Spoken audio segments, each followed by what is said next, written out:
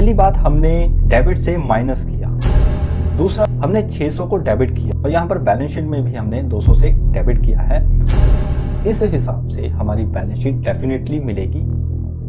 Hello guys, welcome to our channel. दोस्तों, जब हम फाइनल अकाउंट्स का क्वेश्चन करते हैं तो 2 मिनट लग जाते हैं हमें फॉर्मेट ड्रॉ करने में, और 10 मिनट लग जाते हैं हमें उसकी आइटम्स को डालने में, और 10 मिनट लग जाते हैं उसकी एडजस्टमेंट के लिए। अब 25 से 30 मिनट लग जाते हैं। अगर इसके बाद भी हमारा क्वेश्चन की बैलेंस शीट ना मिले तो उससे बड़ा दुख कोई नहीं होता। इस वीडियो में आपकी बैलेंस शीट बिना कैलकुलेशन किए कैसे मिल जाएगी, वो हम उस ट्रिक को इस वीडियो में सीखेंगे। तो वीडियो को लास्ट तक देखना, तभी इजी समझ आएगा। तो चलिए शुरू करते हैं।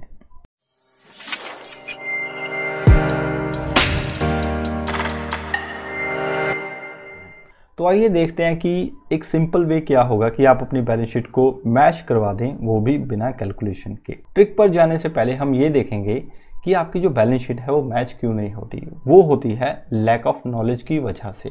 किसमें? वो है अकाउंटिंग ग्लॉसरी। आपको एसेट्स ही नहीं पता, लायबिलिटी नहीं पता, इनकम नहीं पता, एक्सपेंसेस नहीं पता, आपको ग्लॉसरीज ही नहीं पता अकाउंट्स की क्या होती है। तो इस केस में जब आपको कोई नॉलेज ही नहीं है तो कैसे आप बैलेंस शीट की बात कर सकते हो। दूसरा सर, आपके अकाउंटिंग प्रिंसिपल्स।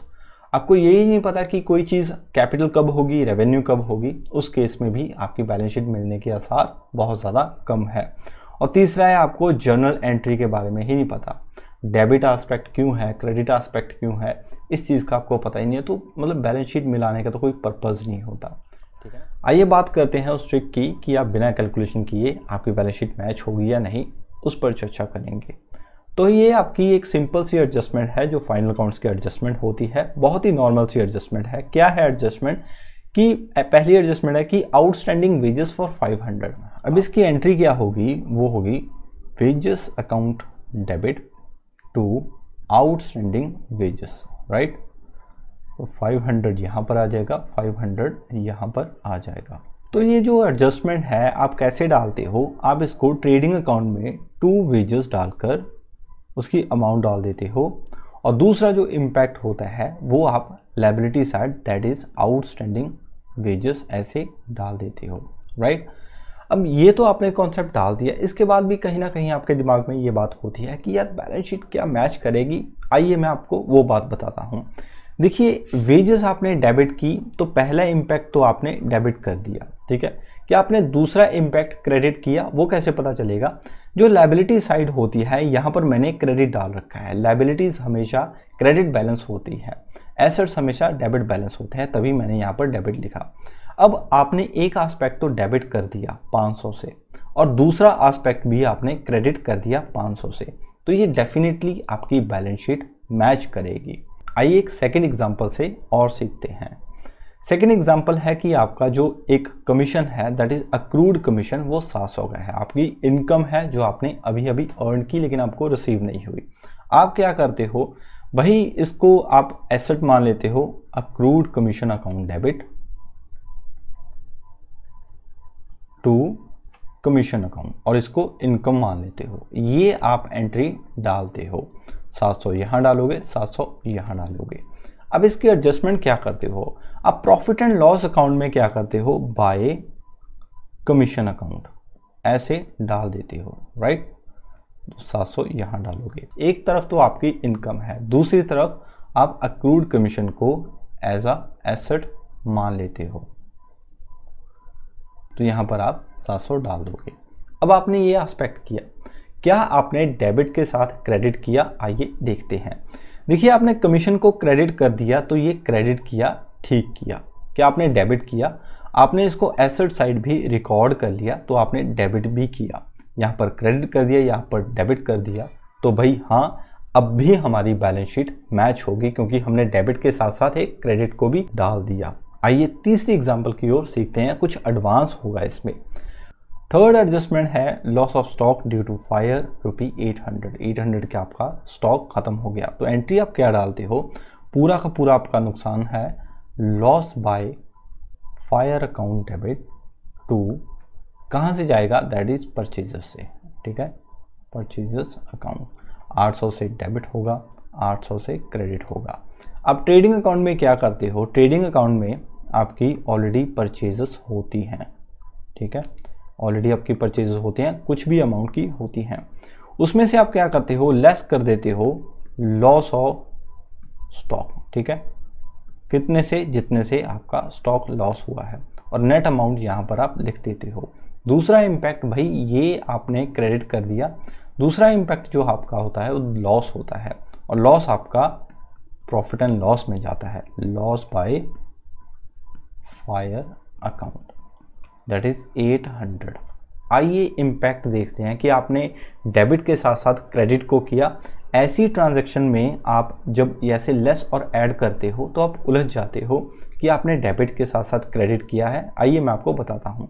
देखिए ये डेबिट साइड है, डेबिट साइड से आपने 800 माइनस किया, तो जाहिर सी बात है डेबिट से कुछ निकालना, माइनस करना इनडायरेक्टली आपको क्रेडिट की ओर इशारा करता है कि आपने क्रेडिट किया। तो ये चीज़ आपने क्रेडिट किया, और यही क्रेडिट इस चीज़ को भी दिखाता है जो हमने 800 से क्रेडिट किया।